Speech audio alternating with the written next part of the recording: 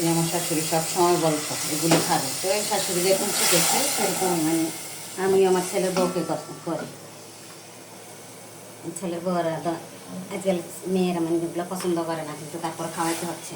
অত কাগজের একবার খেতেই চাচ্ছে না, কিছু করার নাই। বাচ্চা এলে রুরে মানে একদম শিখ দিতে হয়। এটা আমার শাশুড়ির কথা, রুকে শিখ দিতে হয়। জিজ্ঞেস করতাম মা শিখ কি, বলতো যে না খেয়ে থাকতে হচ্ছে, উপাস থাকবে, নাতি পুতি ভালো থাকতে হবে।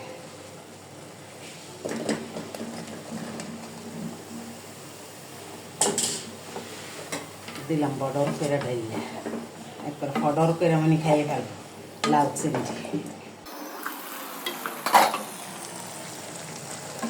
তোমরা ভাবছো যখন আমি বসাইছি রান্নাটা মনে সুন্দর হবে না, কিছুক্ষণ পর একটু নাড়া দিয়ে দিলাম, কি সুন্দর হয়ে আসছে। রান্নাটা যেরকম না হোক খেতে মজা হইতে হয়েছে। ফাইনালি আমার তরকারিটা রান্না হয়ে গেছে। তানজি বলো তো কেমন হয়েছে অনেক তরকারিটা? সুন্দর হয়েছে, অনেক সুন্দর কালার আসছে তরকারি।